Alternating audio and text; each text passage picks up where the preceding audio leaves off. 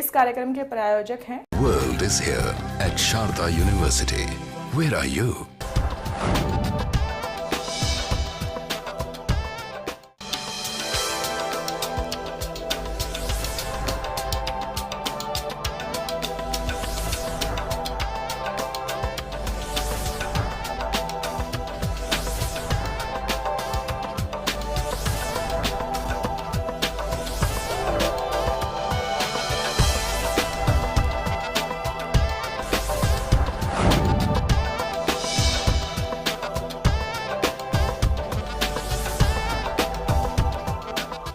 नमस्कार दोस्तों, मैं हूं रीना। बातें करियर की में आपका स्वागत है। हम हाजिर हैं करियर की तमाम जानकारियां लेकर। बात चाहे एविएशन की हो, मीडिया की हो या किसी भी फील्ड की, हमारी टीम करियर से जुड़ी हर जानकारी आप तक पहुंचाती रहती है। आइए देखें क्या है खास आज के इस कार्यक्रम में। जन्माष्टमी की धूम पूरे देश में रही। टीचिंग हो सकता है आपके लिए एक बेहतर करियर ऑप्शन। मिलेंगे काउंसलर से। पिछले दिनों जन्माष्टमी की धूम पूरे देश में रही। ऐसे में देश में एक युवा टीम ने जन्माष्टमी कुछ अलग ढंग से मनाई। आइए हम भी बनते हैं इसका हिस्सा। पिछले दिनों देश में कृष्ण जन्माष्टमी की खूब धूमधाम रही और बहुत बड़े पैमाने पर देश के युवाओं को इस त्योहार को मनाते हुए देखा गया। मंदिरों में खासा सजावट और तैयारियां देखने को मिली। बच्चों के एंजॉय के लिए हम कुछ न कुछ करते हैं। हमारा सबसे बड़ा मकसद है कि हर त्यौहार पे कुछ न कुछ एंजॉय करें। हमारे जो कमांडोज हैं, जैसे हमारे अरुण जी हैं, अरुण जी सुराना है, और जितने भी कमांडोज हैं वो नई नई चीज़ें लेके आते हैं। जैसे पिछले साल हमने मेट्रो बनाई और पूरे दिल्ली में मेट्रो की चर्चा थी, और अब की उससे भी बढ़िया चीज़ बनाई हमने, एयरप्लेन बनाई। तो हमारे बाबू साहब भक्त मंडल में एक जुनून है कुछ नया देने का, और नया देते हैं हम। दिल्ली के रोहिणी स्थित एक मंदिर में हवाई जहाज का खूबसूरत मॉडल बाबोसा कमांडो फोर्स के युवाओं द्वारा तैयार किया गया, जो कि बच्चों और बड़ों सभी के लिए आकर्षण का केंद्र बना। हवाई जहाज के इस मॉडल को तैयार करने में तकरीबन 500 युवाओं ने 1 महीने से वक्त लगाकर हवाई जहाज का ये मॉडल तैयार किया, जिसमें झांकियों को दिखाया गया। हमको इस एरोप्लेन बनाने में मुश्किल से 20-21 दिन लगे हैं और बहुत मजबूती से बनाया है, और बच्चों ने बड़े दिल से दिन रात मेहनत करके बनाया है। इसमें किसी अलग कलाकार को या किसी और इंजीनियर को नहीं बुलाया है। सभी बाबूशाह कमांडो फोर्स के बच्चे हैं, उन्होंने मिलकर बनाया।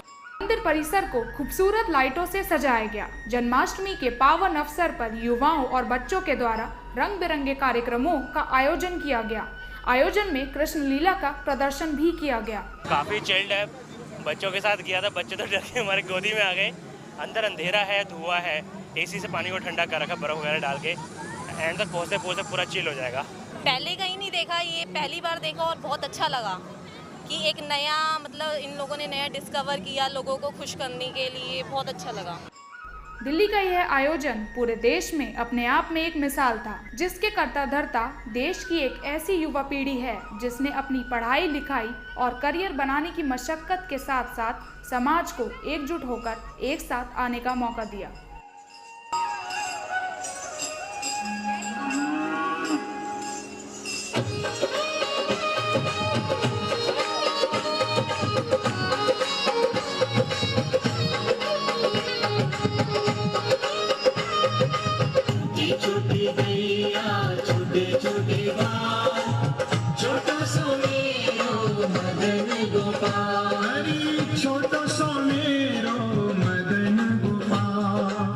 हर बार की तरह हम इस बार भी आपके लिए लाए हैं रोजगार समाचार, जहां हम आपको बताते हैं देश भर में रोजगार के सुनहरे अवसर।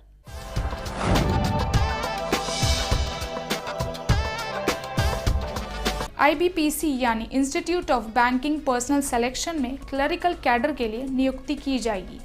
इसमें आवेदन करने के लिए किसी भी फील्ड में ग्रेजुएशन की डिग्री होना अनिवार्य है। आवेदन करने की अंतिम तिथि 1 सितंबर 2014 है। अधिक जानकारी के लिए आप www.ibps.in पर लॉग ऑन भी कर सकते हैं। इसरो के विक्रम साराभाई स्पेस सेंटर केरला में technical assistant, science assistant, library assistant की ज़रूरत है। इसके लिए इंजीनियरिंग, केमिस्ट्री में ग्रेजुएशन और मास्टर्स इन लाइब्रेरी साइंस बहुत ज़रूरी है। आवेदन की अंतिम तिथि 3 सितंबर 2014 है। अधिक जानकारी के लिए www.vssc.gov.in पर भी जा सकते हैं। नॉर्थ ईस्टर्न रेलवे में स्पोर्ट्स कोटा के अंतर्गत जगह खाली है। Handball, main women athletics, main women volleyball आदि के लिए आवेदन आमंत्रित है। इसमें आवेदन करने के लिए 10वीं पास या ITI सर्टिफिकेट अनिवार्य है। आवेदन करने की अंतिम तिथि 8 सितंबर 2014 है। अधिक जानकारी के लिए नॉर्थ ईस्टर्न रेलवे की वेबसाइट पर भी जा सकते हैं। HPSC यानी Haryana public service commission civil जज की 119 रिक्तियों के लिए आवेदन आमंत्रित करता है। इसके लिए आवेदक के पास न्यूनतम लॉ में बैचलर्स डिग्री अनिवार्य है। आयु सीमा 21 से 40 वर्ष है और इसके लिए आवेदन की अंतिम तिथि 11 सितंबर 2014 है। अधिक जानकारी के लिए www.hpsc.gov.in पर भी जा सकते हैं। दिल्ली यूनिवर्सिटी के PGDAV कॉलेज में एडमिनिस्ट्रेटिव ऑफिसर और जूनियर असिस्टेंट की जगह खाली है। आवेदन करने के लिए graduation, masters in library science, MBA, MCA, MPhil अनिवार्य है। इसके लिए आयु सीमा 27 से 35 वर्ष के बीच है। आवेदन की अंतिम तिथि 6 सितंबर 2014 है। अधिक जानकारी के लिए PGDAV की वेबसाइट पर भी लॉग ऑन कर सकते हैं। अब वक्त हो चला है एक छोटे से ब्रेक का। मिलते हैं ब्रेक के बाद।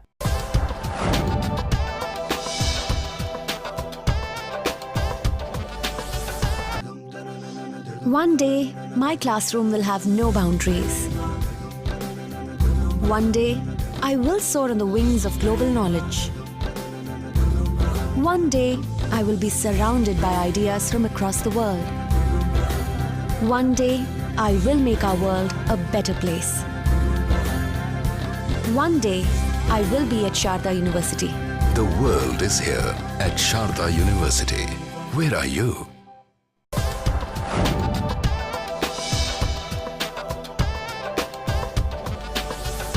अब वक्त हो गया है हमारे करियर काउंसलर से मिलने का। तो आइए जानते हैं इस हफ्ते क्या है खास करियर काउंसलर के पास।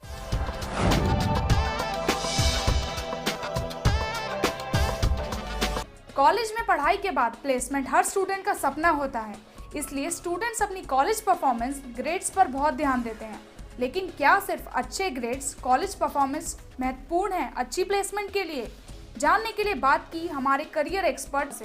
देखिए आजकल क्या है, स्टूडेंट्स का जो डायरेक्शन है it's more toward job oriented. They are not focus on कि भाई क्लास में क्या पढ़ा है, जो नॉलेज हमने पढ़ी है वो लैब में हम कितना इम्प्लीमेंट कर रहे हैं।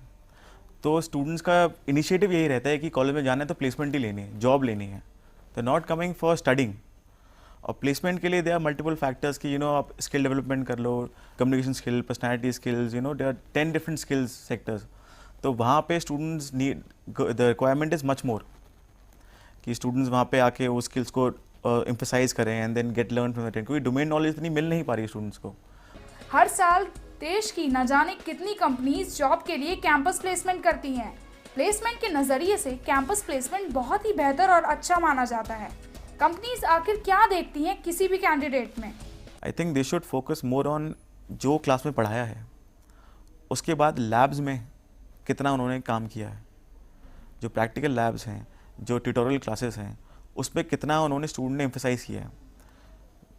ठीक है, क्लासरूम में टीचिंग हो गई, लेक्चर देके चले गए, उसके बाद tute and practicals and labs, these are most important part. Because बहुत से स्टूडेंट यहीं पे ही ड्रॉप फॉल हो जाते हैं, क्योंकि that is the main core which company require. Interview तो वही करती है ना, GD PI इन सबको यही तो इस चीज़ का होता है। वो आपसे ये क्वेश्चन नहीं पूछेगी कि आपने जो थ्योरी में पढ़ा है वो पूछेगी थोड़ी। उनके लिए तो ये कि थ्योरी में जो आपने पढ़ा है क्या अप्लाई कर सकते हो मेरी कंपनी के अंदर। अमूमन कंपनीज कैंपस प्लेसमेंट करते समय group discussion, written test, personal interview यानी PI के जरिए सिलेक्शन करती हैं। GD और PI में सफलता पाने के बारे में हमारे एक्सपर्ट का कहना है, स्टूडेंट्स को पहले तो अपने दोस्तों के साथ मिलके mock discussions they should check out on YouTube and other social media platforms and जहाँ पे कंपनीज दिखती है, कॉन्टैक्ट करके, क्योंकि गूगल पे सब the lot of content is available, how to prepare for GD, how to enhance. तो जितना आप प्रैक्टिस करोगे, बिकॉज GD में क्या है, ग्रुप डिस्कशन है, it's about selling your idea, this is what I am saying, this is right. तो उसके लिए 10, 20, 30 people are sitting in front of that. You have to sell your idea and then explain this is what I am thinking, ये right है, wrong है. It is not easy. A lot of people have their different ideas, वो भी बोलेंगे, आप भी बोलोगे, तो उसके लिए प्रैक्टिस चाहिए ना। अब इतनी भीड़ में बहुत से स्टूडेंट क्या नर्वस हो जाते हैं, कुछ बोल नहीं पाते हैं, हाँ, हालांकि थॉट बहुत अच्छा होगा, कम्युनिकेशन स्किल्स नहीं है। जो एचआर के लोगों को कैसे पता होगा कि भाई ये जो एम्प्लॉय बैठा हुआ है सामने, उसको I mean does he knows, does he does not know. हमारे जानकार का मानना है कि प्लेसमेंट की तैयारी पूरे कोर्स के दौरान करनी चाहिए, ना कि प्लेसमेंट के वक्त पर। कोर्स में पढ़ाई करने का उद्देश्य ज्ञान को बढ़ाना होना चाहिए, ना कि नौकरी पाना। फर्स्ट थिंग टू डिफाइन कि भाई आपको करना क्या है, बनना क्या है, यू नो। प्लेसमेंट अभी आपका अगर मेन टारगेट प्लेसमेंट होगा तो आप पूरे टाइम उसी में ड्रिवन रहोगे, मुझे जॉब चाहिए, फिर कंपनी एक जॉब लोगे, फिर अगर नहीं काम हुआ तो फिर दूसरी जॉब के लिए जाओगे। Knowledge is infinite. Focus student का ये होना चाहिए कि जो भी आप कोर्स ऑप्ट कर रहे हो, you should be passionate about that course, you know, कि वो मुझे पढ़ना है, कुछ करना है उसके अंदर। लेकिन जिस चीज़ का आपका पैशन होता है, you will strive for that and you will fight till the long run. आप गिव अप नहीं करोगे, this is the most important part. तो स्टूडेंट कोर्स सेलेक्ट करने से पहले ये डिसाइड कर लें, you know, what they want to become. पूरे कोर्स में अच्छी तैयारी, लगन और मेहनत से की गई पढ़ाई, डोमेन नॉलेज पर पकड़ से आप ना सिर्फ अच्छी नौकरी पा सकते हैं, बल्कि एक बेहतर करियर की शुरुआत कर सकते हैं। देश भर में स्कूलों की संख्या तेजी से बढ़ी है। ऐसे में टीचिंग हो सकता है आपके लिए एक बेहतर करियर ऑप्शन। जानने के लिए देखते हैं करियर दर्पण।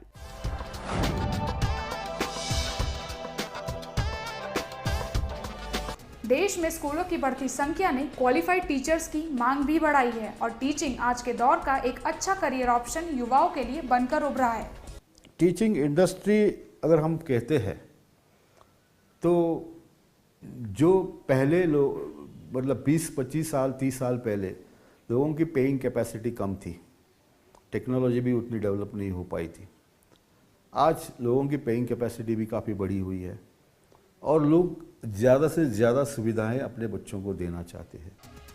लेकिन एक अच्छा शिक्षक बनने के लिए जानकारी के साथ साथ दूसरी कई और भी ज़रूरी योग्यताएं खासा मायने रखती हैं।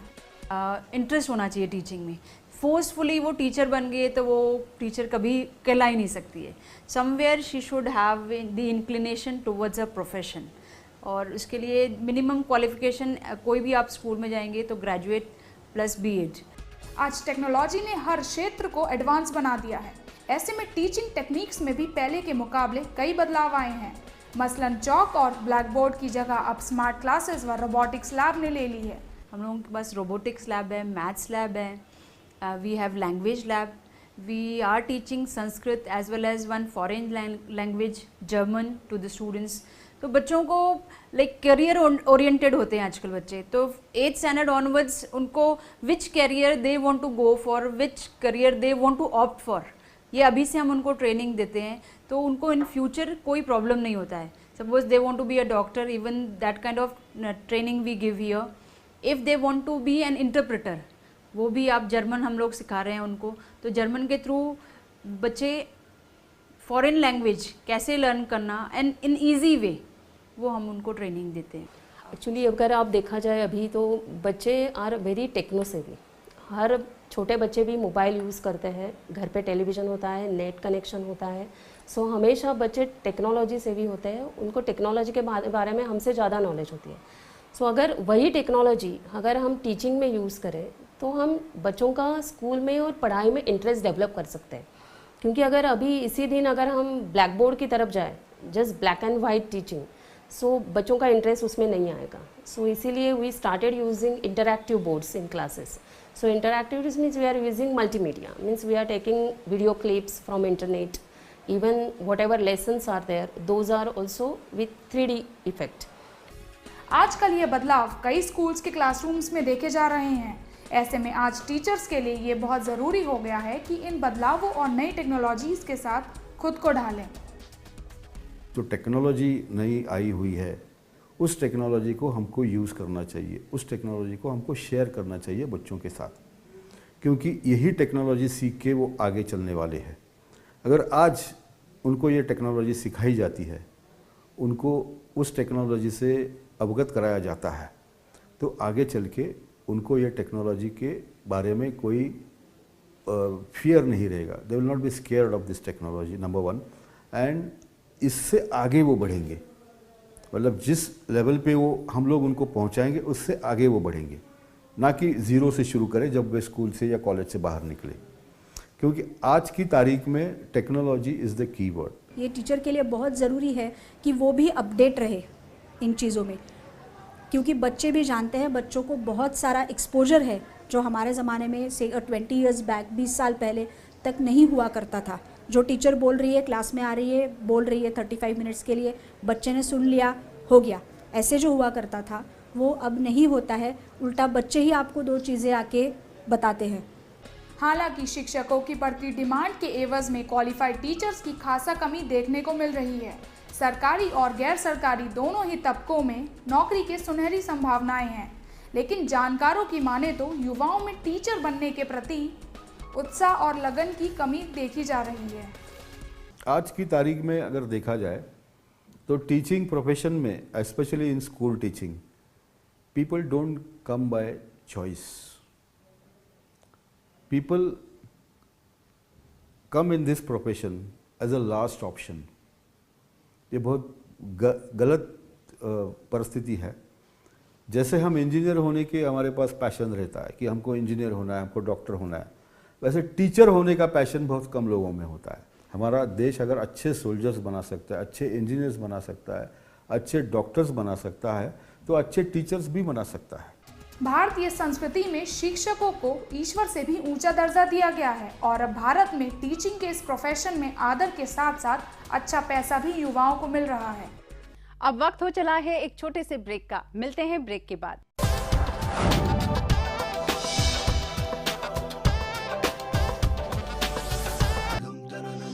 One day, my classroom will have no boundaries.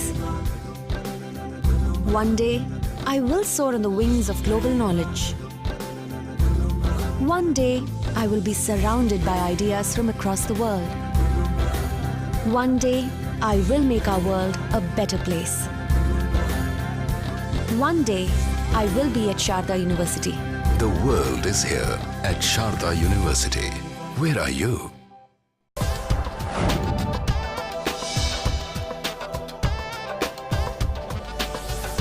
Break के बाद एक बार फिर आपका स्वागत है। दोस्तों, आसमान में उड़ना और आसमान को छूना किसे नहीं पसंद। हर कोई चाहता है खुले परिंदों की तरह उड़ना। क्या ऐसा मुमकिन है? आइए जानते हैं करियर निर्माण में।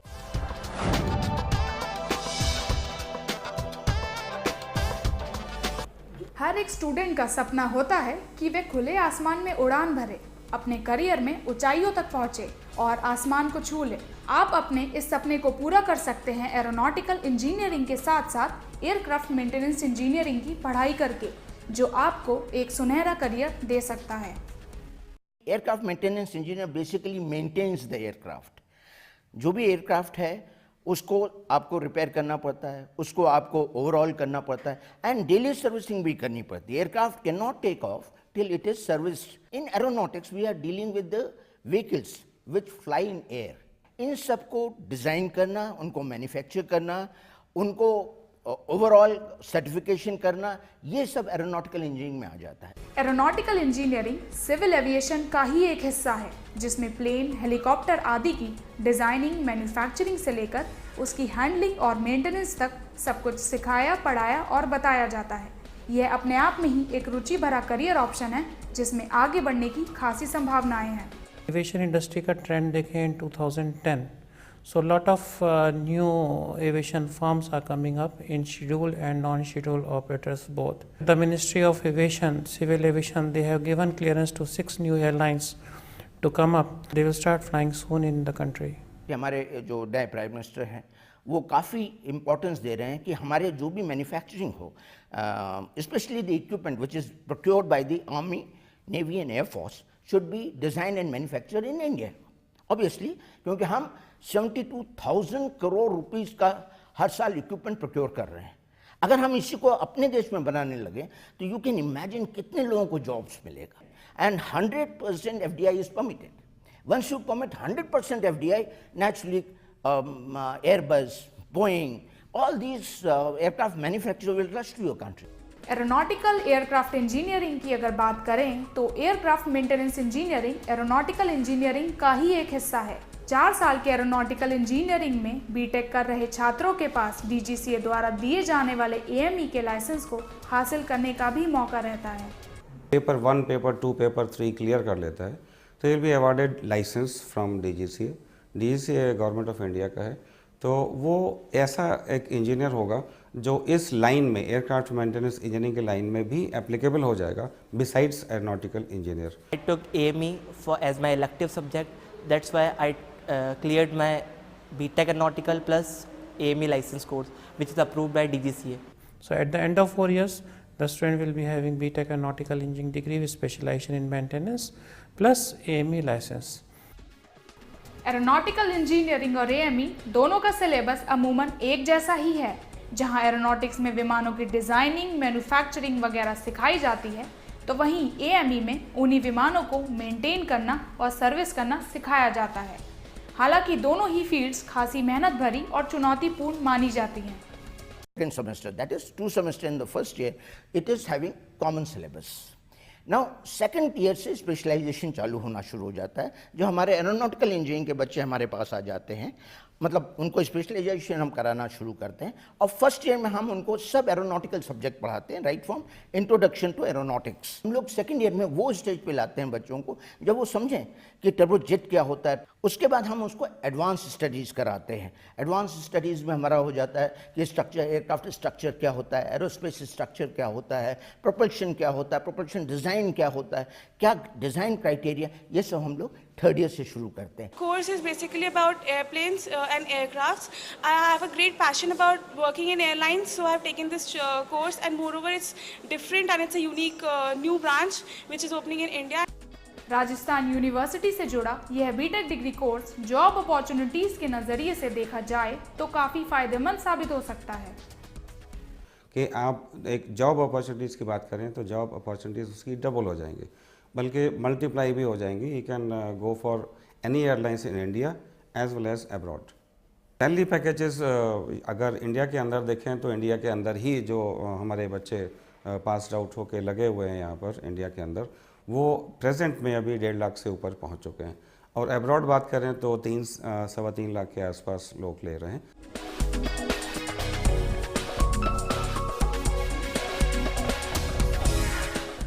आपके ईमेल्स और सुझाव हमें अपने कार्यक्रम को और बेहतर करने में मदद करते हैं, इसलिए हमें मेल्स करते रहिए। हमारा ईमेल आईडी है bckddnews@gmail.com। इस एपिसोड में बस इतना ही। मिलते हैं अगले हफ्ते इसी समय। बाकी खबरों के लिए आप देखते रहिए डीडी न्यूज। इस कार्यक्रम के प्रायोजक थे World is here at Sharda University. Where are you?